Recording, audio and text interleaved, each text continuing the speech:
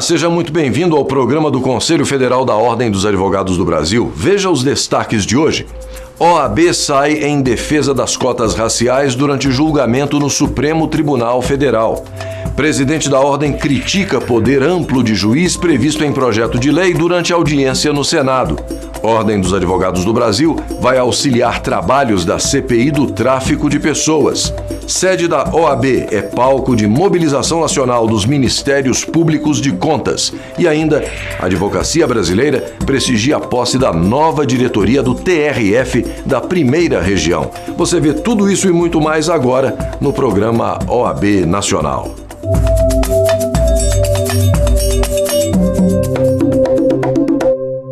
O Supremo Tribunal Federal decidiu pela constitucionalidade da reserva de vagas em universidades públicas com base no sistema de cotas raciais. O julgamento tratou de uma ação proposta pelo DEM contra o sistema de cotas adotado pela Universidade de Brasília para negros e pardos.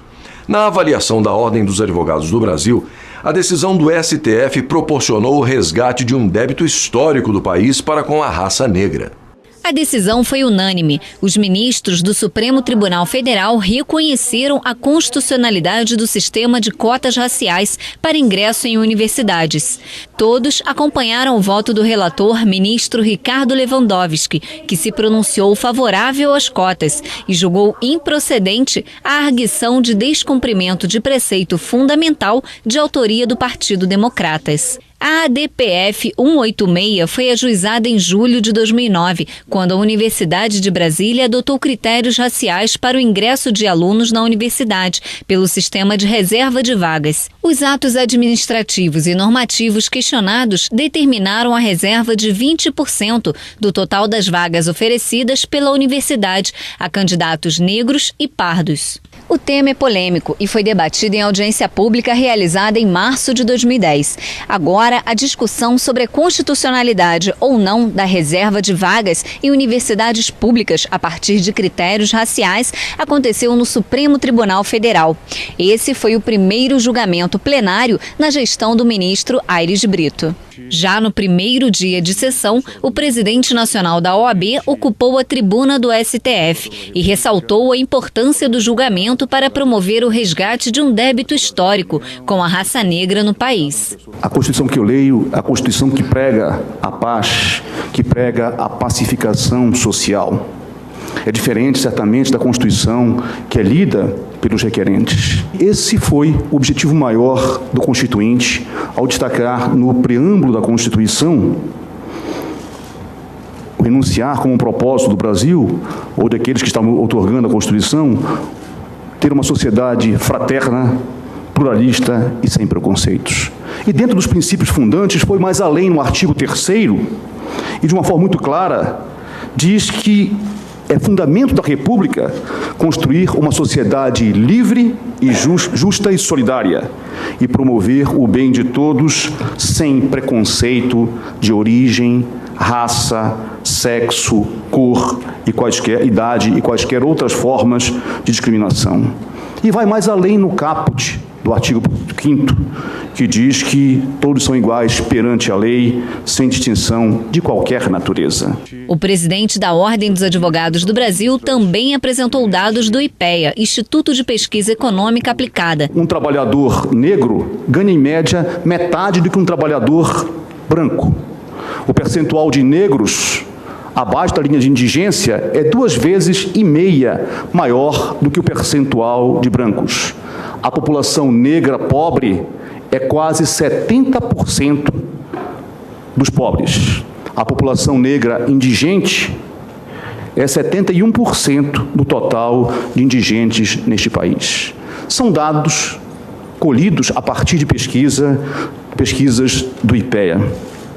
Portanto, senhores ministros, esse é o momento em que nós temos que trabalhar esta questão, em primeiro lugar, com uma reparação histórica, como a questão da justiça distributiva e, ao final, a promoção da diversidade. Depois de 2 dias de sessão, os ministros julgaram que as políticas afirmativas não violam o princípio da igualdade e não institucionaliza, como defendeu o Partido Democratas, a discriminação racial.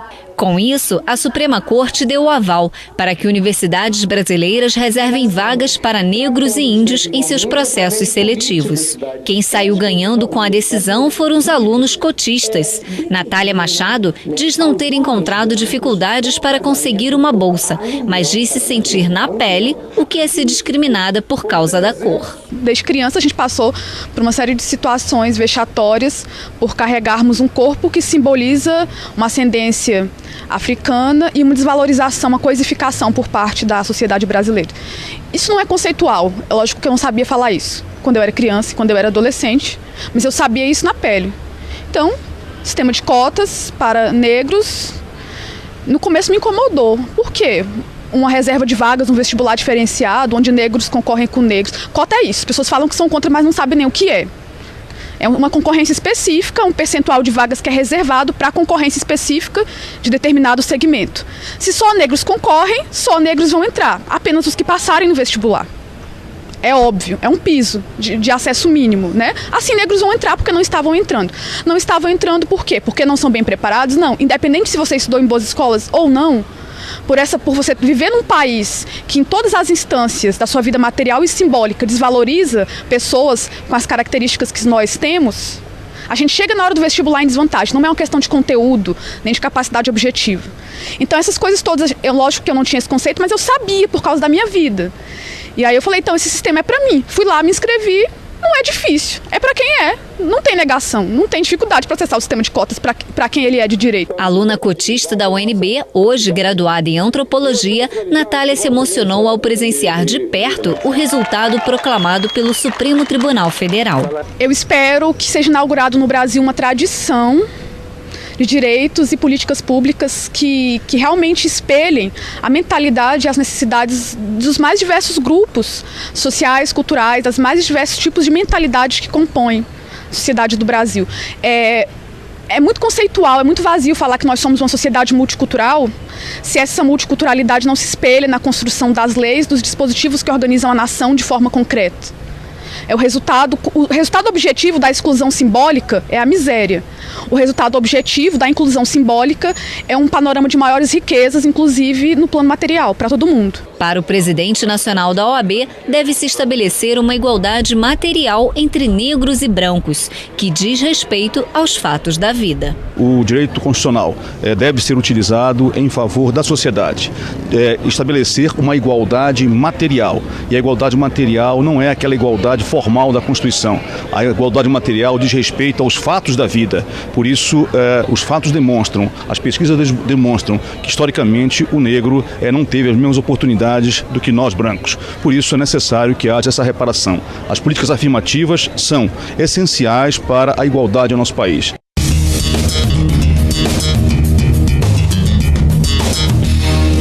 Como nós vimos na reportagem anterior, o Supremo Tribunal Federal reconheceu a constitucionalidade do sistema de cotas raciais para ingressos em universidades públicas.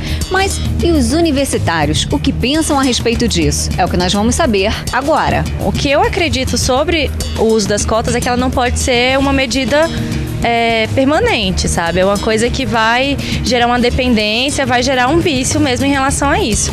Mas eu acho que, no momento, é uma coisa que é necessária. Infelizmente, na sociedade, a gente não tem essa questão de isonomia, tratar os iguais como iguais e os desiguais como desiguais, diferentes, né? E acho que nessa questão da isonomia não é o que acontece na sociedade. Infelizmente, já tem muitas questões de desigualdade e tal. E as cotas, por conta de você inserir na sociedade mais pessoas negras e pessoas pardas. Eu sou contra porque eu acho que você acaba gerando um certo preconceito maior do que a nossa sociedade já tem contra os negros. Porque eu acho que, no fim, o problema de você ter cotas para a universidade tinha que ser uma questão de renda familiar e não dependendo da sua cor. Não infringe nenhuma norma constitucional, não infringe nenhum dos nossos direitos fundamentais, uma política como essa, e é um reconhecimento de um dos poderes do Estado, de que o Estado sim errou no passado e que o Estado sim, com políticas como essa, tem que compensar os erros do passado. Nem todas as pessoas que são pobres são negras, existe uma grande quantidade de pessoas brancas e que tem uma dificuldade de entrar no ensino público por conta da renda, por conta do mau ensino, e elas não entram por conta desse fator. O negro realmente tem, às vezes é descriminalizado, ele não tem às vezes o tanto espaço que um branco tem. Acredito sim que existe os fortes traços de preconceito. Também acho interessante as cotas sociais, mas também sou a favor das cotas raciais. Eu não acredito que a etnia de uma pessoa, a raça, dizendo assim, de uma pessoa, vai interferir na capacidade dela de ingressar a uma universidade. Então você querer fazer essas cotas é como se você quisesse separar elas de um grupo principal, o que é, de uma forma, assim, um jeito de preconceito. A gente tem que fazer uma reforma na base, dar condições para as pessoas, sejam elas brancas, pardas, negras, para entrarem numa universidade. A gente sabe que não é uma questão de cor ou de etnia relacionada à capacidade intelectual de uma pessoa, mas a gente sabe que no Brasil existe essa disparidade em relação ao ensino, e isso consta que a maioria dos negros, eles não têm, por exemplo, essa condição de estudar e ter a mesma capacidade, a mesma igualdade de prestar um vestibular.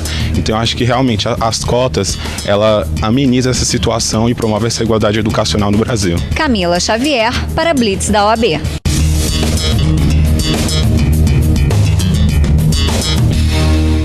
E você vai ver depois do intervalo, presidente da Ordem questiona a ampliação do poder concedido ao juiz da execução em audiência pública realizada no Senado. É daqui a pouco, no programa OAB Nacional.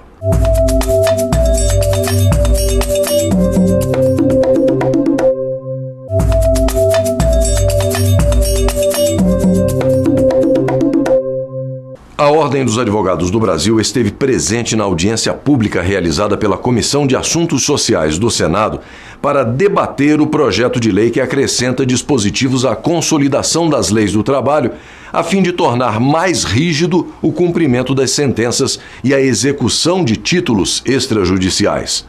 Na ocasião, o presidente nacional da Ordem elogiou o interesse da Justiça do Trabalho de buscar soluções para satisfazer com maior celeridade os créditos alimentares, mas criticou duramente o ponto do projeto que confere ao magistrado poder amplo para promover a execução da forma como melhor entender. No discurso, o presidente da Ordem apoiou o projeto de lei que torna mais rígida a execução, o cumprimento das sentenças trabalhistas, mas fez duras críticas ao trecho que dá mais poder aos juízes. Na execução, o juiz, pela proposta que está trazida, vai poder tudo.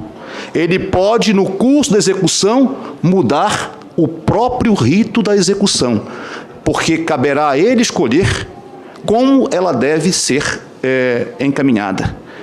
E aí a parte será certamente surpreendida com atos que certamente serão de violência ao devido processo legal que se tem que buscar e tem que se prestigiar neste país. Não se está aqui a defender o mal devedor, não se está aqui a defender em absoluto que as pessoas não paguem a impunidade. Entretanto, é necessário que nós tenhamos cautela nessas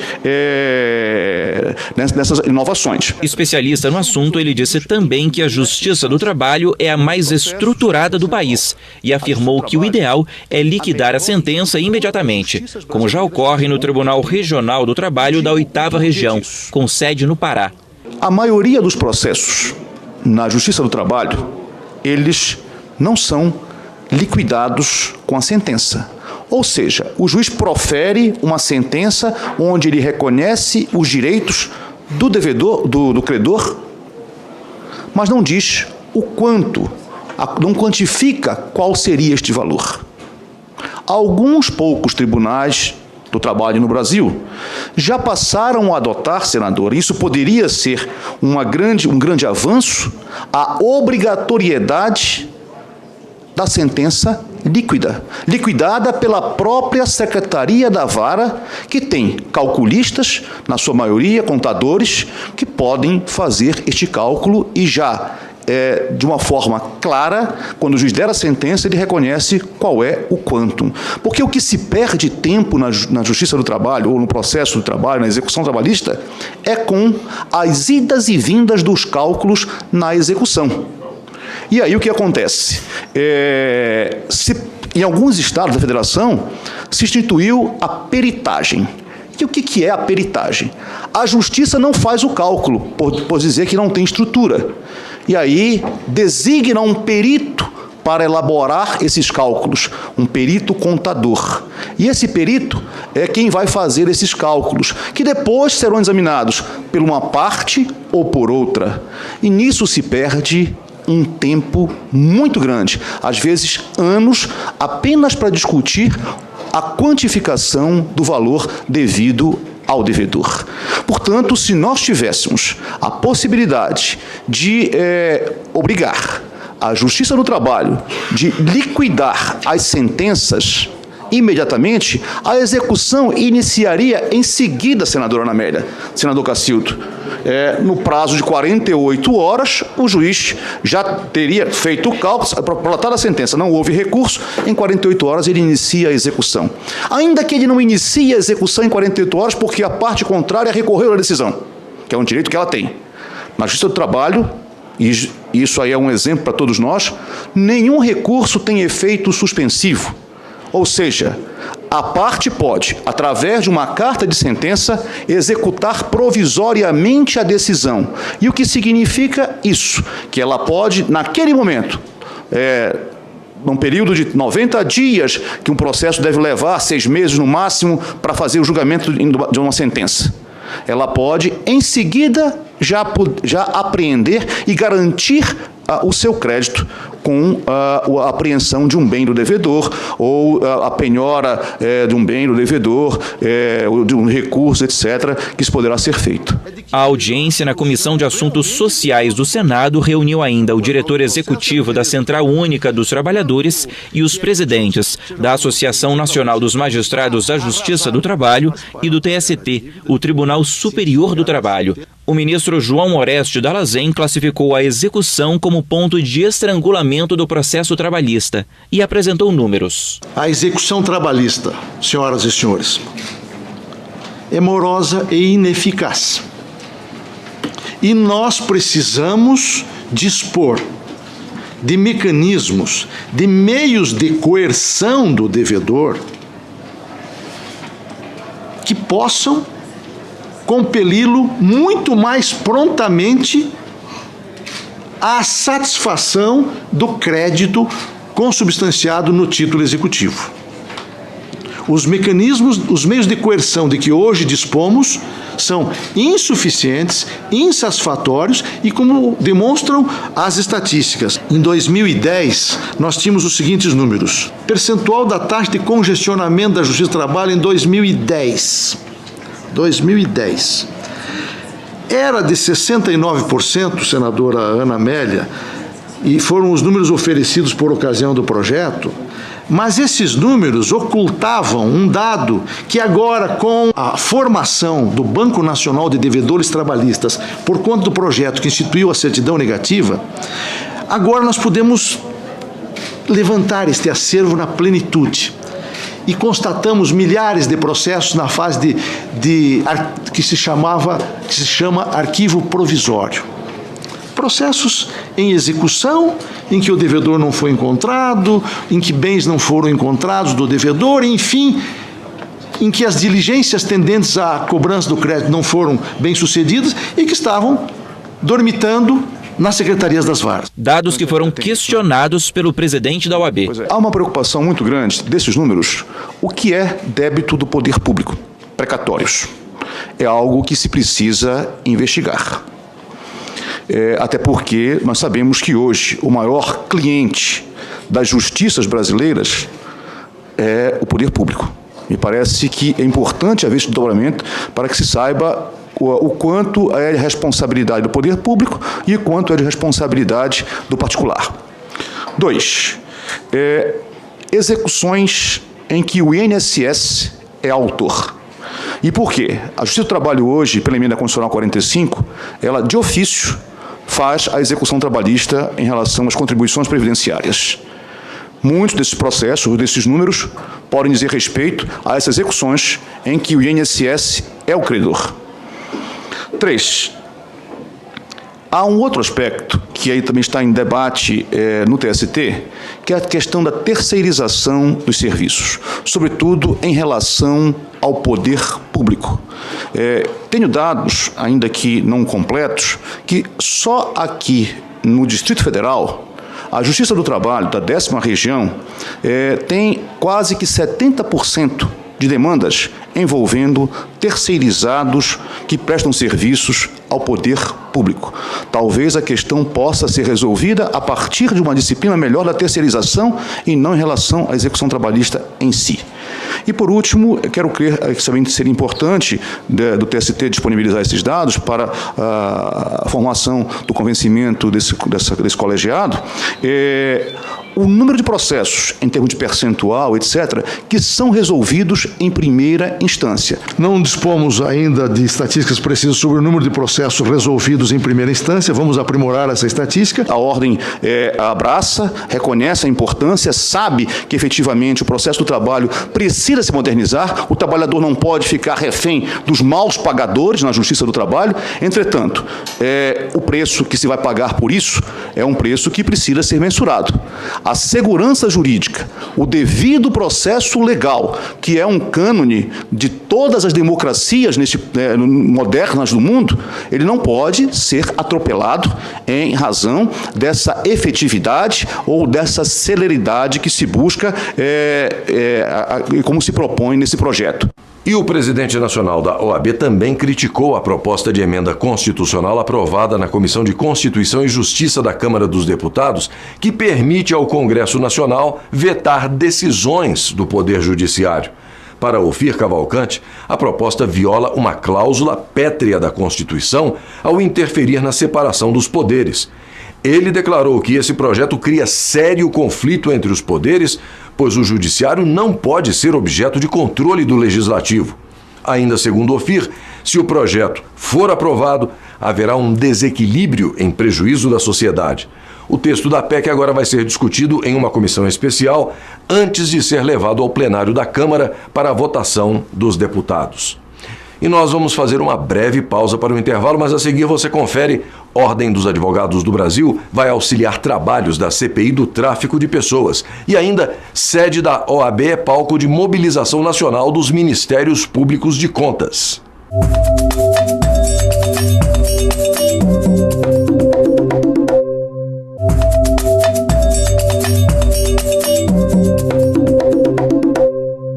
A Ordem dos Advogados do Brasil é historicamente comprometida com as causas ligadas aos direitos humanos. Por isso, a entidade irá colaborar com os trabalhos da nova Comissão Parlamentar de Inquérito do Tráfico de Pessoas, instalada na Câmara dos Deputados. A CPI tem a missão de investigar a relação entre desaparecimentos ocorridos de 2003 a 2011 com o tráfico de pessoas para o comércio internacional de órgãos, adoção ilegal, prostituição e trabalho escravo.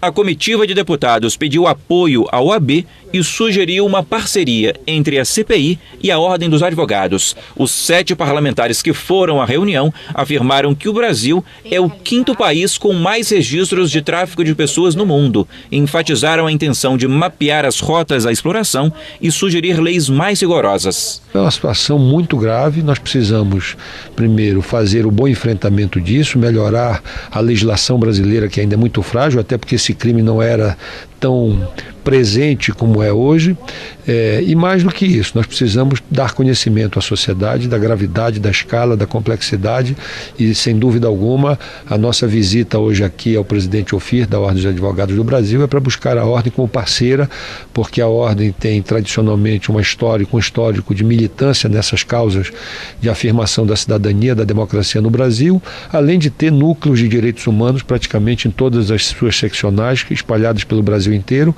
e, portanto, será uma parceria parceiro importante para que a gente possa ampliar esse marco de enfrentamento desse crime que preocupa a sociedade brasileira. Nós temos o país num momento tão bom, com tantas oportunidades, que nós precisamos motivar, incentivar os nossos jovens, as nossas jovens, para que elas possam se qualificar, trabalhar aqui no país, porque com certeza, quando elas vão para o exterior, quando elas entram no tráfico, elas entram com a perspectiva de ter uma boa qualidade de vida, de melhorar a sua vida, e acabam que são pegas pelo tráfico, né? E são exploradas e acabam com suas próprias vidas. O que nós precisamos é de buscar, além da legislação, também fortalecer, integrar as políticas públicas que existem hoje, para que a gente possa efetivar uma rede que possa dar apoio, que possa conscientizar a essas pessoas de que o mais importante é poder buscar a dignidade através do trabalho, aquele trabalho que realmente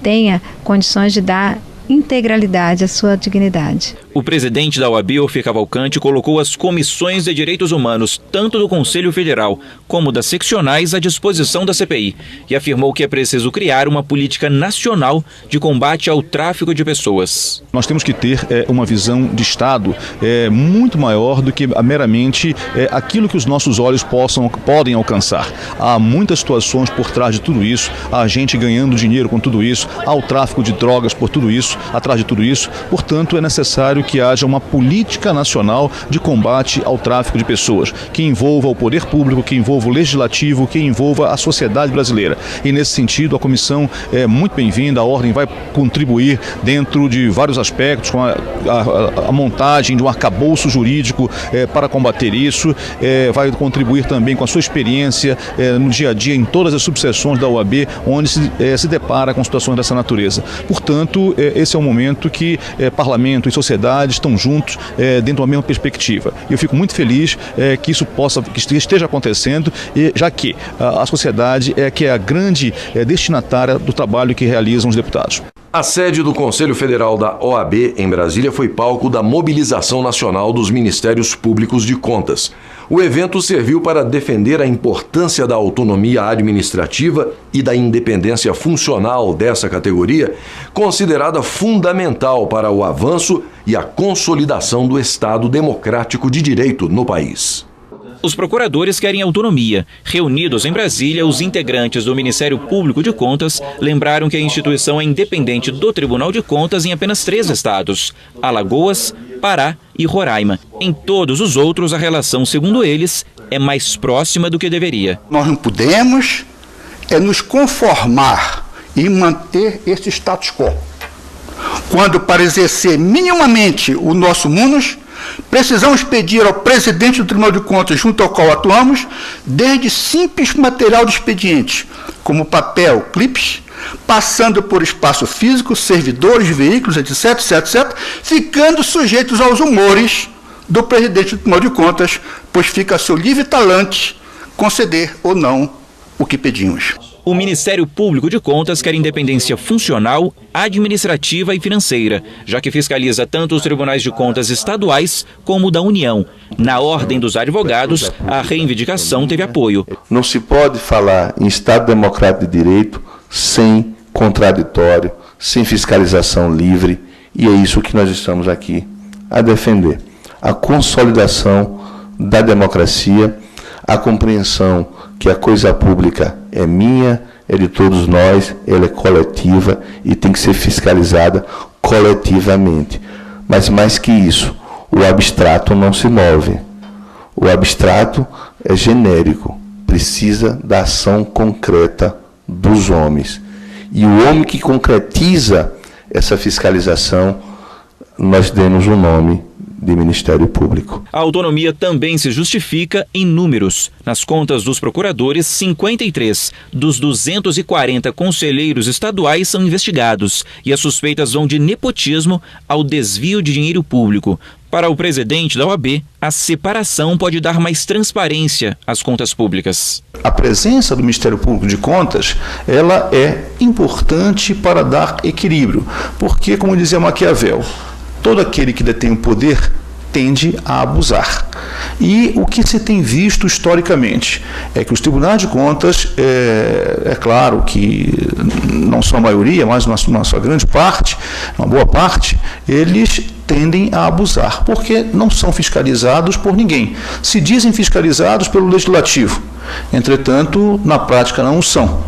Na prática, há uma dependência muito grande do Legislativo em relação aos tribunais de contas, porque eles acabam fiscalizando as contas daqueles que são a base para a eleição dos deputados, os prefeitos, etc. Então, há sempre uma acomodação, para dizer o mínimo, e ser bastante educado em relação a essa questão, no que toca a esse controle que o Legislativo deveria fazer sobre os tribunais de contas, que não faz. É importante para o Estado, para dar eficácia, eficiência, efetividade a essa disposição, a esses princípios constitucionais, que os tribunais de contas também passem a contar com um corpo ministerial de contas ligados a eles, né, mas sem uma vinculação, sem uma subordinação, para que possa também exercer aquele sistema de freios e contrapesos de que a Constituição falou e que passa a ser a mola mestra dentro de uma democracia, dentro de um Estado republicano. Não se pode falar em Estado democrático de direito se nós não tivermos instituições fortes, instituições que sejam acessíveis ao cidadão e que ele possa confiar nessas instituições que devem fazer um controle sobre os gastos públicos de um modo geral. Daqui a pouco, depois do intervalo, a Advocacia Brasileira prestigia a posse da nova diretoria do Tribunal Regional Federal da Primeira Região. Nós voltamos em instantes. Até já.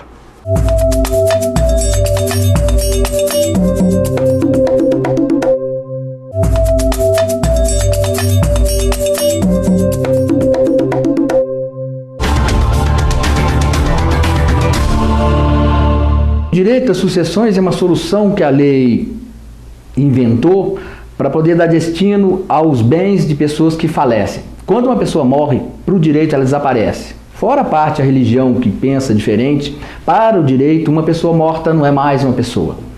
Mas o patrimônio dela precisa de um titular, precisa de um dono. Então a lei arranjou um sistema chamado sucessão hereditária, que consiste nisso. Morta uma pessoa, o patrimônio dela passa para outras pessoas. Então a técnica de escolher quem são essas pessoas a gente chama em direito sucessão hereditária, ou direito das sucessões, como ele está no Código Civil. Então vão ser escolhidos, elencados pelo falecido quando estava vivo, faz um testamento, destina os bens para outras pessoas, ou a lei escolhe, quando ele não manifesta essa vontade, escolhe quem serão seus herdeiros.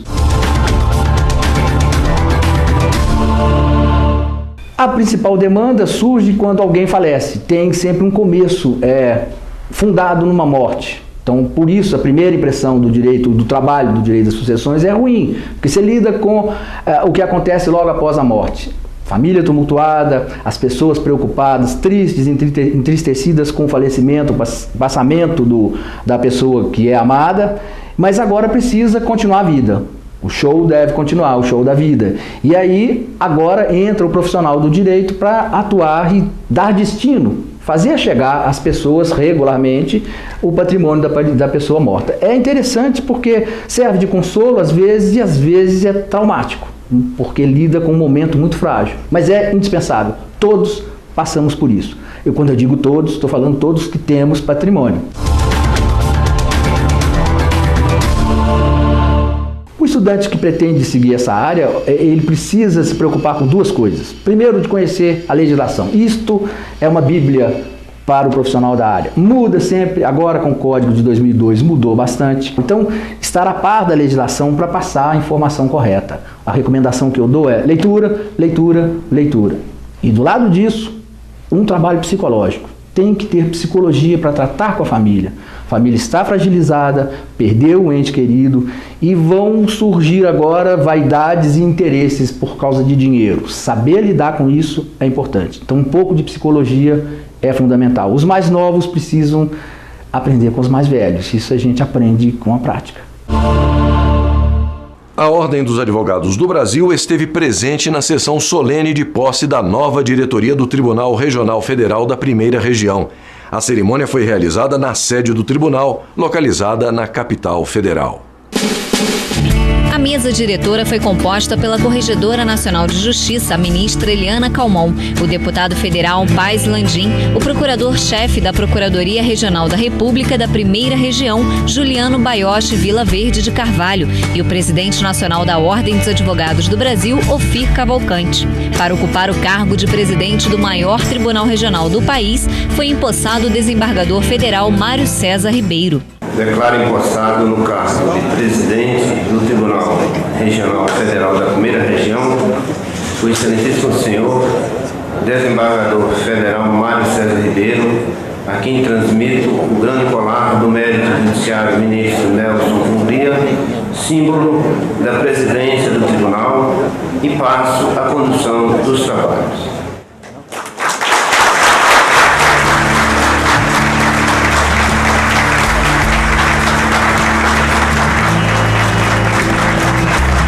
Para o cargo de vice-presidente, tomou posse o desembargador federal Daniel Paes Ribeiro e, como corregedor regional da Justiça Federal de primeiro grau da Primeira Região, o desembargador federal Carlos Olavo Pacheco de Medeiros. Os magistrados foram eleitos em sessão plenária extraordinária para mandato no biênio de 2012 a 2014. Mário César Ribeiro é o 14º desembargador federal a ocupar a presidência do TRF. Em seu discurso de posse, mostrou-se preocupado com os grandes desafios e problemas recorrentes e chamou a atenção para a situação em que se encontra o quadro de servidores do TRF da Primeira Região. Para o cumprimento e efetividade da Lei 12.011, de 4 de agosto de 2009, que criou centenas de novas vagas, é necessária a ampliação dos quadros de magistrados e de servidores dessa corte, para evitar-se o risco de estrangulamento das atividades jurisdicionais. Penso que, antes de se cogitar de seus desmembramentos, deve-se dotar os tribunais regionais federais existentes das condições adequadas para o seu bom funcionamento. Deve-se fazer reforma na legislação processual, civil e penal, que impeça objetivamente a procrastinação e multiplicação dos atos processuais. Em seu mandato, o desembargador federal Mário César Ribeiro impôs metas para serem cumpridas durante o biênio. Pretendo priorizar a melhoria contínua da prestação jurisdicional, tornando-a mais célere e efetiva, sem perder de vista a qualidade. Pretendo também buscar condições que estimulem a criatividade e o bem-estar de todos os colaboradores e ainda aperfeiçoar o planejamento estratégico, permitindo maior integração do Tribunal Regional Federal da Primeira Região com as seções e subseções judiciárias. Para o presidente nacional da OAB, Ofir Cavalcante, a expectativa para a gestão da nova diretoria do TRF é grande. O TRF da Primeira Região, ele assambarca 14 estados da federação. É necessário que o TRF esteja muito mais presente nos estados, que as varas federais sejam implementadas e implantadas em cada um desses estados. A realidade desses estados é completamente diferente. Temos estados da região norte, a região amazônica, temos do sudeste, como Minas Gerais, nordeste, como a Bahia, portanto, estados com uma diversidade de problemas totalmente distintos. Por isso, é necessário que o TRF esteja presente, a sua alta direção, com o presidente Mário César, desembargador Mário César, e os demais integrantes, o desembargador Daniel Paes Ribeiro como vice-presidente e o desembargador Carlos Olavo como corregedor. É importante que eles estejam presentes nesses estados, acompanhando de perto o desenrolar dos trabalhos.